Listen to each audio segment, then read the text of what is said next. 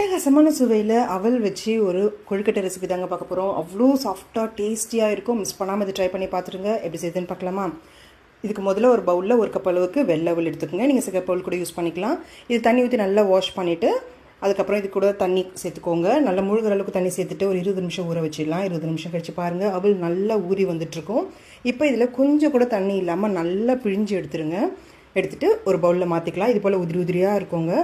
தண்ணி இல்லாமல் பார்த்துக்கோங்க. இப்போ இது கை வச்சு நல்லா பிசைஞ்சு விட்டுக்கலாம். கொழுக்கட்டை பிடிக்கிறப்ப எப்படி இருக்குமோ அந்த பதத்தில் இருக்கணும். இப்போ இது கூடவே 3/4 கப் அளவுக்கு பொடிச்ச வெல்லம் சேர்த்துக்கோங்க. அதுக்கடுத்து 2 டேபிள் ஸ்பூன் அளவுக்கு துருவிய தேங்காய் சேர்த்துக்கிட்டு 1/2 டீஸ்பூன் அளவுக்கு ஏலக்காய் தூள் சேர்த்துக்கோங்க. இப்போ ஒரு பிஞ்ச் அளவுக்கு மட்டும் சால்ட் சேர்த்துட்டு நல்லா கை வச்சு கலந்து விட்டுக்கோங்க. ஒருவேளை தண்ணி இதில் இருந்துச்சு அப்படின்னா 1 டீஸ்பூன் அளவுக்கு அரிசி மாவு சேர்த்து கலந்திங்கன்னா சரியான கொழுக்கட்டை பதத்துக்கு வந்துடுங்க.